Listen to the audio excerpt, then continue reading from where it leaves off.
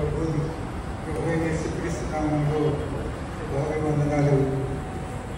ఆయన యొక్క ఆశీస్సులు కలగాలని నేను దేవాలయ దేవుని ప్రార్థిస్తున్నానండి.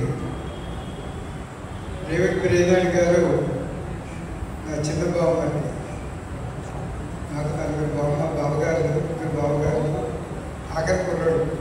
మా పెళ్ళి అయ్యేటప్పటికి 5వ తరగతి చదువుతున్నాడు ఏలూరు మిషన్ స్కూల్. వారి యొక్క రెండవ అక్కగారిని నేను చేసుకున్నాను. ముగ్గురు అక్కలలో రెండవ అక్కని నేను చేసుకున్నానండి. ఆవిడ కూడా టీచరే, నేను టీచర్ని. మేమిద్దరం కూడాను మరి మా వృత్తుల్లో నిపుణత కలిగినటువంటి వారమని మేము అనుకున్నాము. ఇక్కడ వచ్చిన తర్వాత ఈ సమావేశం చూసిన తర్వాత పాస్టర్ గారు చాలా దివ్యమైనటువంటి సంగతులు బోధించారు సార్. కంగ్రాచులేషన్స్. ఎక్కడా వినలేదు నేను మీరు చెప్పినటువంటి వాక్య మర్మార్థాలు. మరి మీరు ఎంతవరకు అర్థం చేసుకున్నారు అనేటటువంటిది మరి నేను చెప్పలేదు. ఎందుకంటే ఇక్కడ కూడినటువంటి మనం అందరం కూడాను ఏజ్డ్ ఫెలోస్ని. అవి మన జీవితాల్లో మనం దేవుని గురించి, దేవునిలో ఎంతవరకు ఎదుగుతున్నాము, ఎంతవరకు ఆయనలో విశ్వాస్యతని కలిగి ఉన్నాము అనేటటువంటిది ఎవరికి వారే మనం పరిశీలన చేసుకోవాలి. అంతేగాని మనలో ఉండేటటువంటి విశ్వాస్యత, దేవుని మీద నమ్మకం, ప్రేమ ఇవన్నీ తెచ్చిపెట్టుకునేవి కాదండి. ఆయన ద్వారా మన జీవితంలో ఆయన కలగజేసేటటువంటి ఆ యొక్క కృపను బట్టి అవి మనలో కలుగుతూ ఉంటాయి అని నా భావన. నేను క్రైస్తవ కుటుంబంలోనే పుట్టిందండి. మంజులా కూడా క్రైస్తవ కుటుంబంలోనే పుట్టింది. వాళ్ళ నాన్నగారు టీచరే, నేను టీచర్నే, మా నాన్నగారు టీచరే. టీచర్ కుటుంబంలో నుండే మేము వచ్చాము. వచ్చిన తర్వాత కాకపోతే ఒక స్థితికి వచ్చేటప్పటికి ఉపాధ్యాయ వృత్తిలో అందరూ కూడా వాక్య పరిచయం చేస్తూ ఉంటారు సార్. అది మీకు కూడా అవగాహన ఉంటుంది. మా నాన్నగారు కూడా వాక్య పరిచయంలో మాది కష్టపడేవారండి. ఏలూరులో మేము ఉన్నాము. సిఆర్రెడ్డి కాలేజీలో చదివాను. వాటేమో మంచిగా తిరువూరు దగ్గర ఆయన గారు టీచరే. కనుక ఏదో కొద్దో గొప్ప దైవ జ్ఞానాన్ని మా తల్లిదండ్రులు మాకు ఇచ్చారు.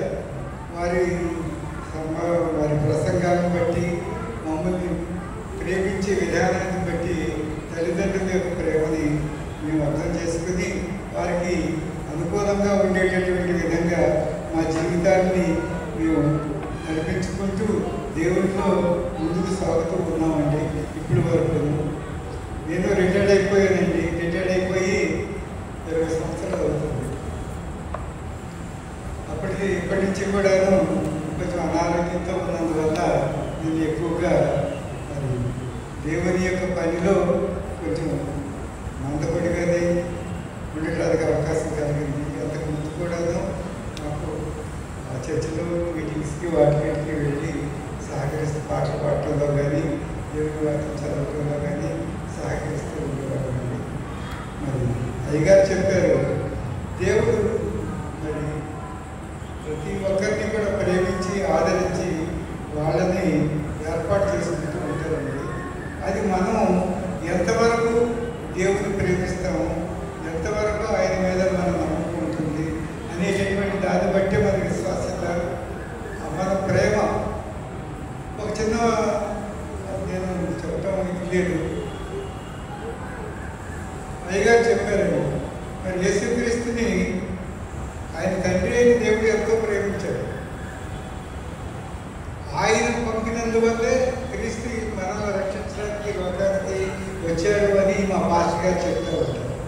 అంతేకాని ఆయన అంతటిగా స్వయంగా రాలేదు. ఆయన అద్వితీయ కుమారుడు. ఆయన కుడి చేతిలో ఆయన కూర్చుండేటటువంటి మహోన్నతులైనటువంటి దేవుడు, ఏక కుమారుడు.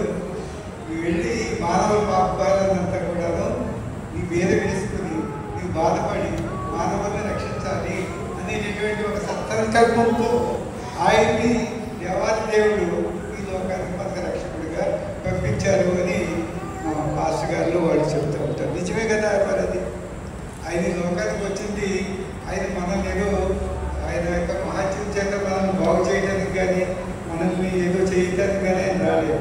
మన భారాన్నంతా ఆయన తన మీద వేసుకుని ఆయన మన రక్షణ కార్యక్రమాన్ని నిర్వర్తించారు అని మరి గురువులు చెప్తూ ఉంటారు. నిజమే కదండి అది.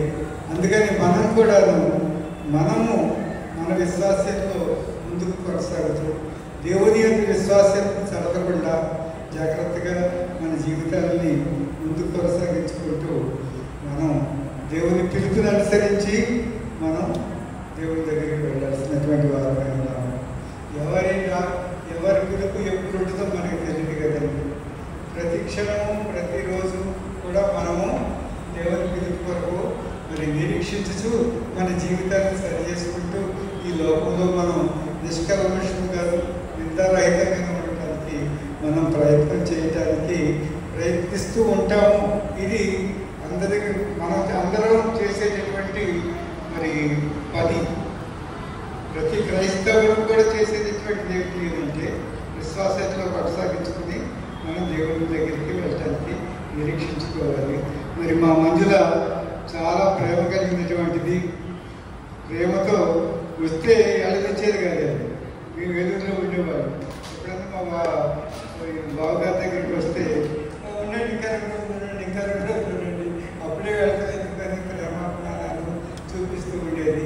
పిల్లలు కూడా అదేవిధంగా మమ్మల్ని మాతో ఎంతో ప్రేమతో ఉండేవాళ్ళు. మరి కొడుకు కూతురు కూడాను మరి దేవుడు ప్రేరణ గారికి అనుగ్రహించారు. ఆయన కూడా అక్కడనే చక్కటి విద్యాభ్యాసంలోనూ మంచి ఉద్యోగాల్లోనూ దేవుడు ఆ బిడ్డల్ని ఏర్పాటు చేశారు.